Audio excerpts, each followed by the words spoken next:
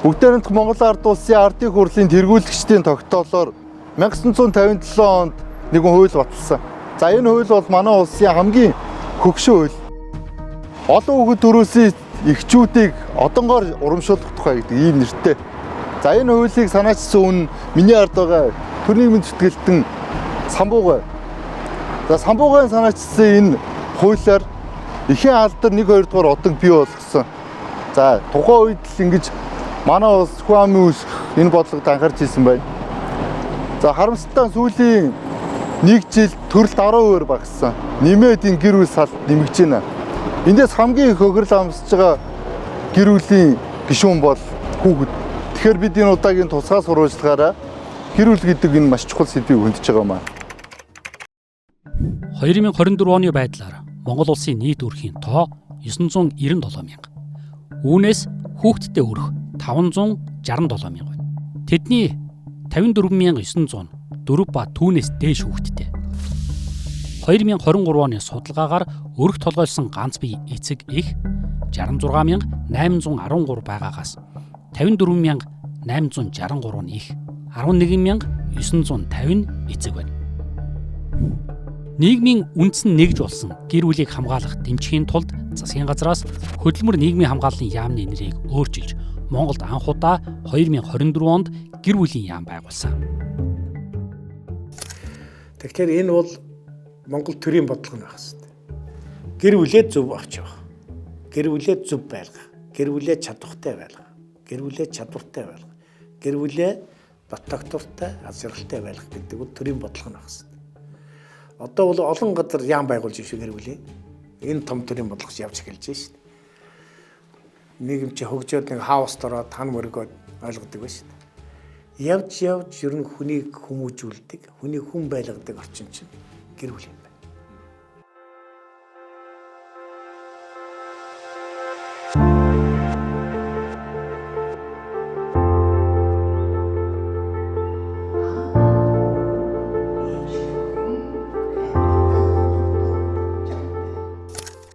Гэтэл 1989-оос 2004 онд жилд дунджаар 950 гэр бүл гэрлэлтэд цуслуулдаг байсан бол гэрлэлт цуцлалт 2024 онд 3692 тохиолдолд хүрч 20 жилийн дотор 4 дахин өслөө.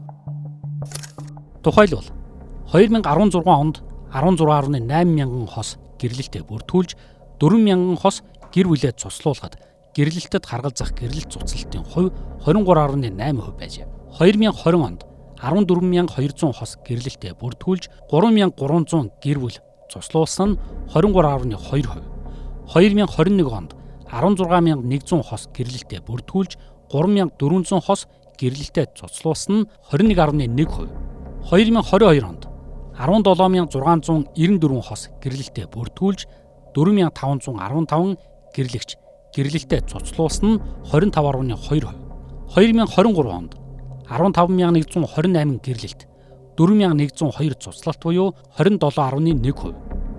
2024 онд 11186 гэрлэлт бүртгэгдэж 3692 хос гэрлэлтэд цуцлуулсан нь гэрлэлтэд харгалзах гэрлэлт цуцлалтын хувь 33% болсныг илтгэнэ. Өөрөөр хэлбэл 10 хос гэрлэлтэд бүртгүүлэхэд 3 хос зөрөөд гэрлэлтэд цуцлуулж байгааг улсын бүртгэлийн ерөнхий газраас авсан мэдээлэл нотлолоо. Дээрээс нь энэ бол гэрлэлсэн хосын тоо. Гэрлэлтэд бүртгүүлээгүй хамтран амьдарч байгаа хосын салалтыг бүртгэсэн бол ямар тоо гарах вэ? Төр улс доторх гэр улсад үүсэж байгаа энэ задрал үндэсний аюулгүй байдлын хэмжээнд авч үзэх ёстой асуудлуудын нэг юм аа. Газ дотроо ганцхан манай улс бол энэ 30 жил гэр бүлийн асуудал бодлогын гадна орхигдсны улмаас өнөөдөр гэр бүлийн задрал явагдаад ирээдүйд энэ гэр бүлийг яаж хамгаалж авч үлдэх гэдэг асуудал нь өөрөө тодорхой бус үлдэж байна гэж үздэг. За гэр бүлийн задрал бол нийгэмд 3 хэлбэрээр илэрдэг. За нэгдүгээрт нь бол гэр бүлийн доктортой байдал алдагдаж гэр бүл салалтын статистик бол жил ирэх тусам тогтмол өсөж байгаа үзүүлэлтээр бол тодорхой болдог. Хоёрдугаарт нь бол залуучуудын гэрлэлтийн дундаж наслалт хоошлох, гэрлэх хүсэлгүй болох, сонирхолгүй болох, мөн түнчлэн гадаад гэрлэлт нэмэгдэх энэ байдлаар одоо илэрдэг.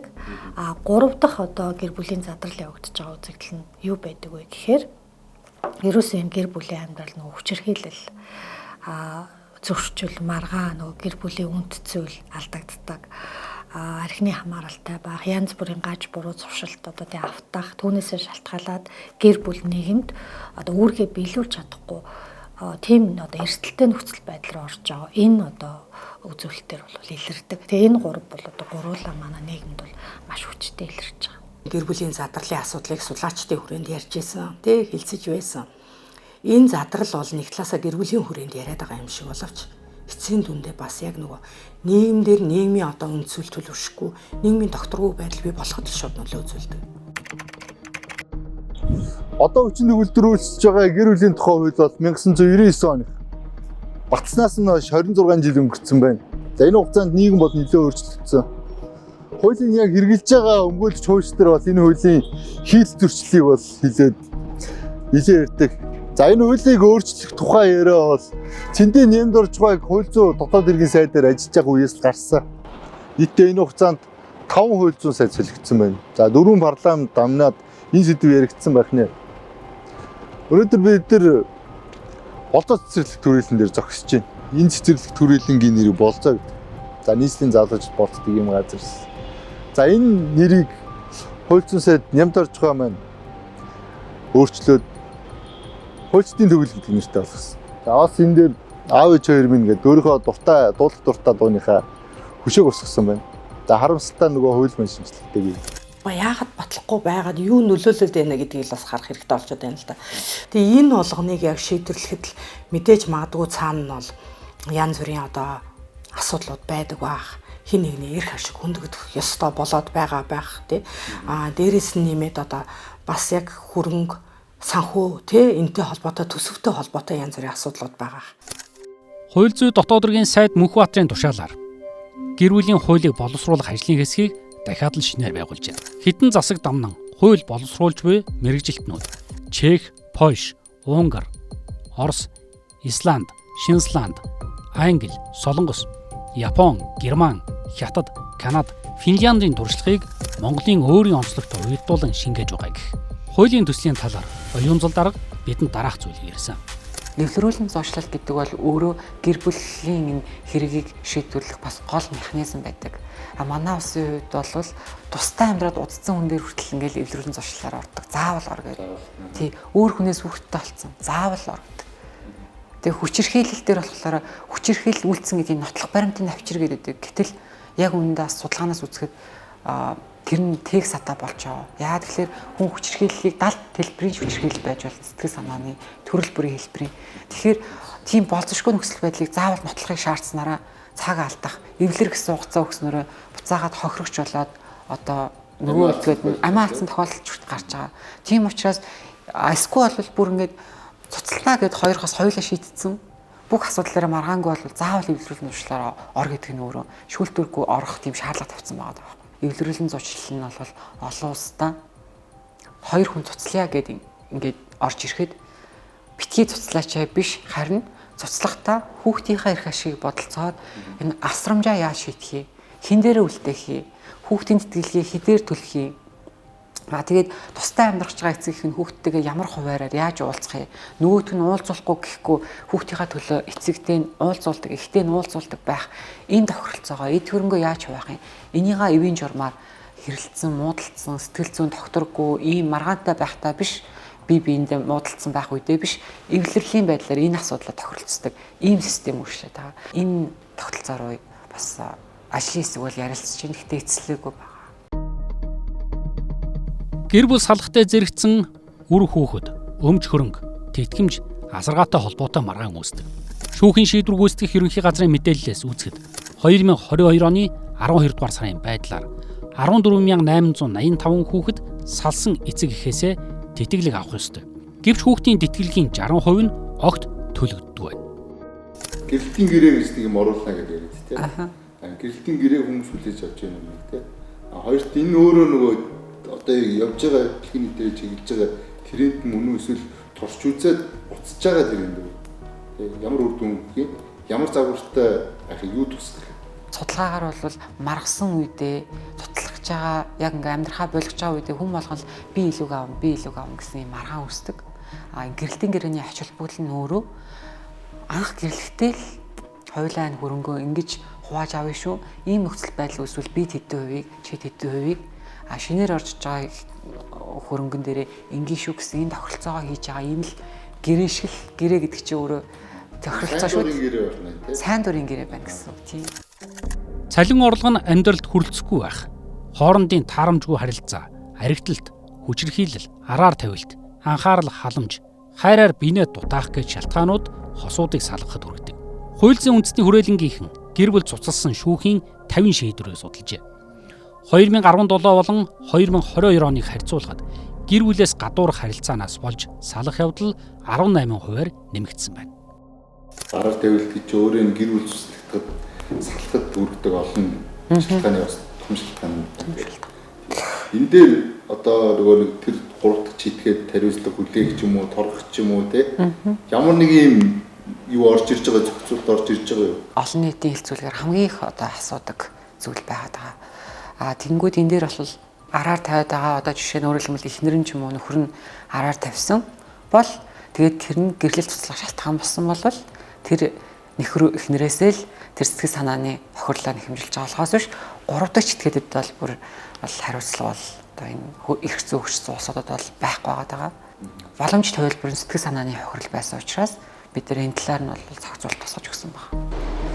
Улсын дэжиг байршлын өөрчлөлт нь хангар дүртэнд ирсэн байна. Монголд одоо 2 дахь дагнсан шүүх байгуулагдаж байгаа. Эхнийх нь болохоор захиргааны нэргийн шүүх байдаг. За хоёр дахь нь бол гэр бүл хүүхдийн шүүх байгуулагдана. За хараахан байршлаа олоогүй байгаа тэр шүүх.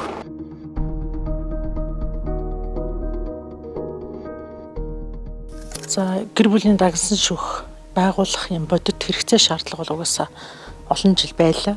Тэгээ одоо шийдэж чинь хууль гарлаа. Одоо ингээ 26 оны 1 сарын 1-ээс энэ бие даасан шүүх ингээ ажиллах гэж байна. Яагаад энэ одоо илүү ач холбогдолтой юм бэ гэхээр процесс нь тустай байдгийг.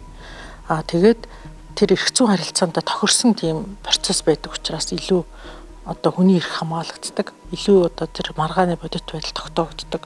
Тэгээ шүүх яаж ажиллах вэ гэдгийг нарийн тогтоож өгдөг учраас шүүхийн ажиллагаа бас илүү одоо тодорхой ойлгомжтой болж ирдэг.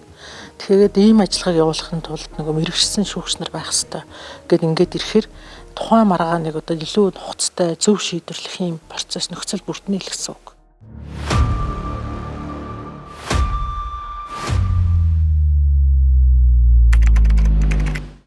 Улсын хурлын гишүүн Баттөмрийн энх хоёр хууль зүйн дотоод хэргийн сайдаар ажиллаж байхдаа улсын хурлаар шүүх байгуулах тухай хуулийг 2024 онд батлуулжсэн.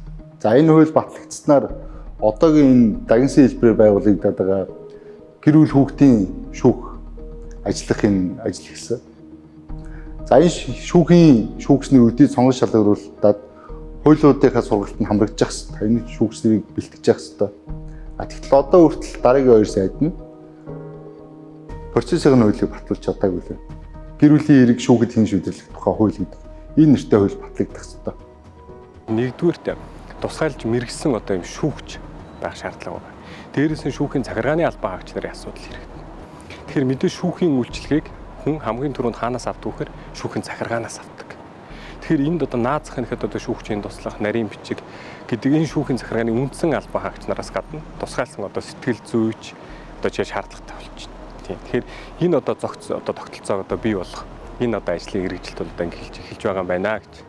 Тэгэхээр энэ дээр бол мэдээж нөгөө шүүхийн бүтэц тогтолцоо захиргааны асуудал за мөн дахиад тусгаалсан одоо тэр эрүүгийн журийн процесс буюу хэрхэн шил ойлгооны процессыг наривчилсан зохицуултууд хэрэгтэй. Нөгөө эсгэл зүйчийн оролцоо, хүүхд хамгаалах байгууллагуудын оролцоо, дүгнэлтийг нь хүлээж авах, за мөн шүүх санаачлахаараа тухайн хүний хүүхдийн хувийн байдлыг тогтоолгохоор бас тодорхой хэмжээний мэдээлэл цуглуулах, шалгах ажиллагаанууд хийдэг тогтолцоо хүртэл байгаад байгаа учраас ийм нэгдсэн тогтолцооны хүрээнд бол бас нэлээд бэлтгэл ажил хэрэгтэй. Нэг одоо яах юм бол тийм гэр бүлийн хэрэг хянан шийдвэрлэх процесс үеийн төсөл бол хууль зүйн амнаар явж байна. Ажлын хэсэг байгуулагдсан.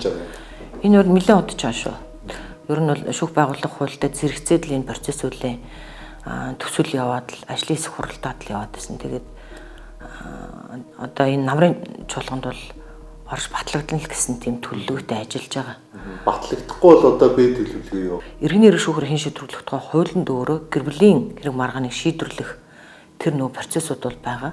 За эндээ онцгойлоод нөгөө яг энэ төрлийн анхан болон давцаашны шүүх ямар хэргийг харьяал шийдвэрлэх вэ гэдэг тэр процесс үлэндээ одоо өөрчлөлт оруулаад явчихад бол энэ хууль хэрэгжихгүй цаашаа одоо процесс үлгүй юм чи энэ шүүх байгуулагдахгүй энэ шүүхийн үйл ажиллагаа явагдахгүй гэсэн бол асуудал байхгүй. Яг нөгөө амьдрал баян болох ингээд жишээнүүд гарч ирж сүүлд нөгөө худалдааны төв дотор илрүүлэх хугацаа өгсөн одоо энийг хөнөөч жишээтэй тийм. Тэгээ энэ бид нар одоо ингээд салах тодорхой хоёр тишээ явцсан айлыг эвлэргээд 30 хоногийн хугацаа өгөөд байдаг эсвэл тэрийгээ сонгодог энэ юм ер нь өөрчлөх шаардлагатай юм уу? Шаардлагатай. Яг энэ процесс үлж яг л тэрэлдүү чиглэж байгаа. Одоо тэр нөгөө гэрэлтийн цуцлах хамгийн эцсийн шат шүү дээ тэр чинь хамгийн эцсийн одоо бүр болохгүй болохоор нь цуцлж байгаа шүү дээ. А тэрний өмнө одоо яг зайлшгүй энэ цуцлах шаардлагатай юу гэдгийг судалдаг одоо нөгөө эвлэрүүлэн зуучлал байна тий.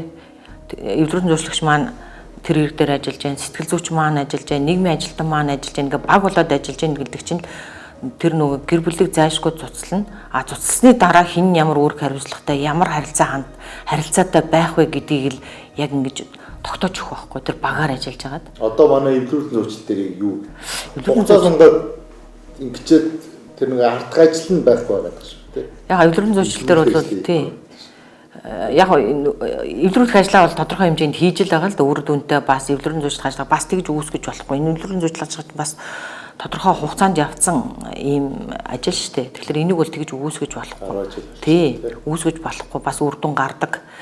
Эвлэрүүлэн зуучлагч өөрөө маш сайн ажиллаа, сэтгэл зүйчтэй ойр орхон уулзуулаад тэр гэр бүл үнэхээр одоо сэтгэл зүйн зөвлөгөө өгөө жоон дэмнээд өччих юм бол цаашдаа бие бинийгээ ойлгоод ялангуй зүйл дээр маргаад ингээд цаашаа эвлэрээд бат бөх амьдарч боломжтой гэр бүл байх юм чи тэрийг судалж гаргаж ирээд тэрэн дээр одоо илүү түлхүү ажиллах байхгүй. Одоо бие бинийгээ дээрлэхэд хүчирхийлүүлдэ дамь насанд нь хүрэх үс тийм дайны одоо тийм дарамт шахалттай байхад нь тэрийг олж илрүүлж чадахгүй хугацаа алдснаас болж хүний амь эрсдэд нь шүү дээ. Тэр бүх юмыг одоо энэ сэтгэл зүйч маань, эвлэрүүлэн зуучлагч маань, нийгмийн ажилтан маань олж илрүүлэх хэрэгтэй байхгүй.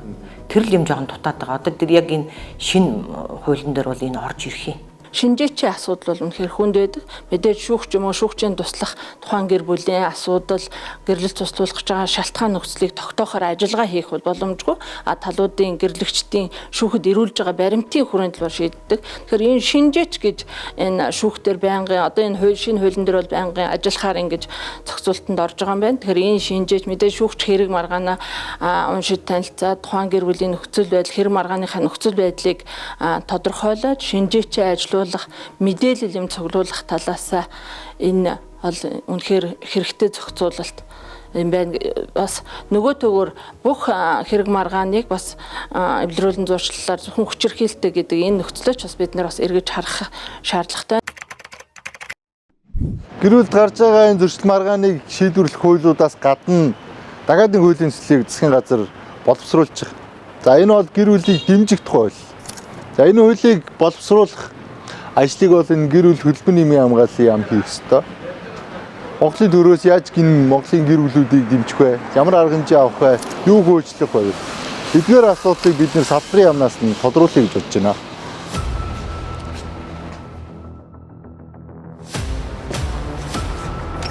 Англиад үзэх юм бол нэг 4-5 одоо багцсан дэмжлэгүүд орж ирж байгаа. Шинээр орон сууц авч байгаа тохиолдолд бол энэ татварын хөнгөлөлт үзүүлэх одоо залуу гэр бүл болж байгаа хүмүүсийг орон сууцны болон одоо хувийн одоо орон сууц барихт нь одоо дэмжлэг үзүүлэхийн зохицуултыг бас нэгтгэж хийж гисэн. Дараагийн дэмжлэг бол энэ татварын дэмжлэг. Бид хүний одоо томьёолж ууснаар бол хувийн орлогын албан дотор одоо хувийн орлогын албан доторын шинжилгээг бас одоо засгийн газар дээр ч ярьж байгаа. Тэгэхээр хувийн орлогын албан доторыг бол илүү хүүхдийн тоотоо үйж ингэж энэ хуулинд бас зохицуулж гисэн байгаа. Дараагийн дэмжлэг бол бид хүн энийг ажил амьдралын тэнцвэр байдалд нэг хангах тийм ээ. Энэ дээр бол илүү одоо амралт чөлөө цагийг жишээ нь одоо сурагчдын амралтын үеэр өвлийн амралтын үеэр одоо ээлжийн амралтаа авсан бол тэнд одоо илүү 2 хоног ч гэдэг юм уу тийм хөдөлмөрийн хуулинд бас энэ зохицуултыг хийж өгөхөөр илүү энэ зохицуултуудыг бас хийж өгсөн. За мөн гэр бүлийн хөгжлийн төвүүдийг бий болгох энэ зохицуултуудыг бас оруулсан байна. Төрөөс гэр бүлийн талаар баримтлах бодлогын баримт хүчийг улсын хурал 2003 онд баталсан. Ирэх 15 жилийн харж хийсэн төрийн энэхүү бодлогыг ч шинжлэх шаардлагатай. Энэ удаагийн нэвтрүүлгээр бид эрх зүйн орчныг хөндөд байгаа боловч нийгмийн хөгжил, хуульд захирагдахгүй зам ёсыг хүн бүр туулж гарна. Хос хоёр салахад нөлөөлдөг энэ хүчин зүйлийн талаар тэд ингэж ярьж байна. Миний нүдэрч хардаг болоосоо гэдэг үг байгаа штэ. Хайртай байж ижил тэр замдаа тохиолдож байгаа асуудал, бэрхшээл тэр болгоныг даван туулж чадна.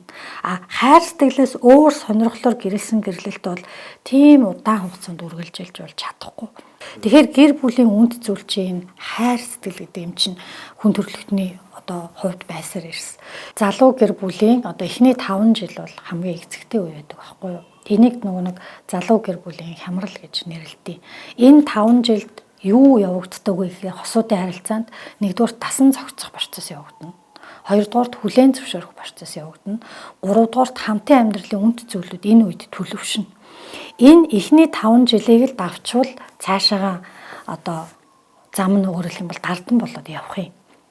Тэгэхээр энэ 5 жилийн хямрал зүй ёсны 5 жилийн хямрал тохиолдд юм а гэдэг өнөөдөр залуу гэр бүлүүдэд хэн ч хэлж ойлгохгүй байгаа учраас л өнөөдөр залуу гэр бүлүүдийн анхны жилүүдийн хямралыг нөгөө ялгаатай байдлаа даван туулж чадахгүй нөгөө одоо дасан зохицох байдлаа бий болгож чадахгүй бие бинийгээ хүлээн зөвшөөрч чадахгүй нөгөө ганцаараа байхад эрх нь илүү үүрэг нь бага байсан бол хоёулаа болонгууд эрх нь хязгаарлагдаж үүрэг нь нэмэгддгийг хүлээн зөвшөөрч чадахгүй ганцаараа асуудлыг шийддэг байсан бол одоо заавал хоёулаа зөвшөөрөлтөд шийдэх ёстой юм байна гэдгийг ойлгохгүй зөвхөн нэг хүний төлөө боддог байсан бол хоёр болон түүнээс дээш хүний төлөө одоо амьдрах хэрэгтэй болно гэдгийг ойлгож чадахгүйгээсээ болоод ингээд залуу гэр бүлийн салалт бол их байгаад. Тэгэхээр л нөгөө залуу гэр бүлийг гэр бүлийн амьдралд бэлтгэх, гэр бүлийн боловсрал болох энэ сургалт ч одоо өөрөө их чухал болчиход байгаа. 15-аас 18 жилийн хооронд салалт их өндөр байна гэдэг судалгаа гарсан л да. Хамтын амьдралын хугацаа шүү дээ.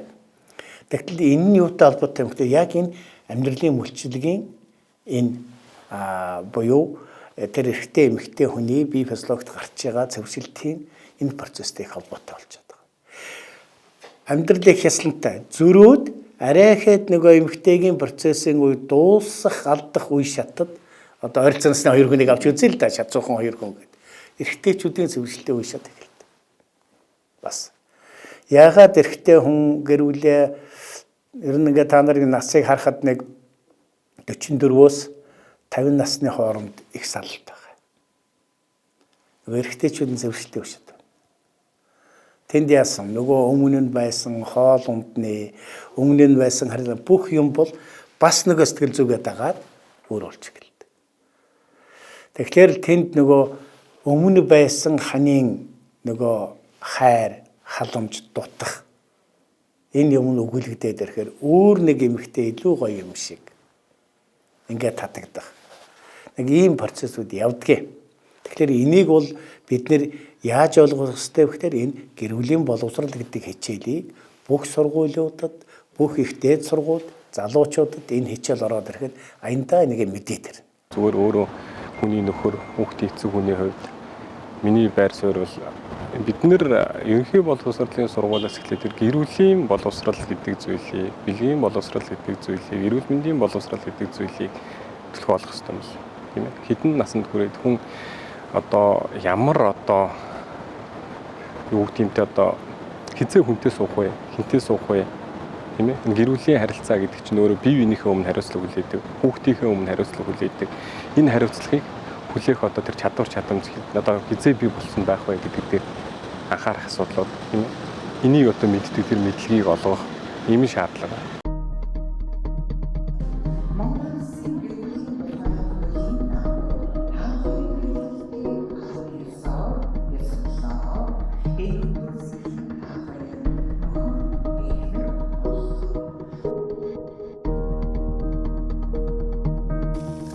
Нэвтрүүлэг бэлтгэх хугацаанд бид нартэй уулзаж ярилцсан энэ зочд бол нэг зүйл дээр санал бүгд нэгдэж байгаа.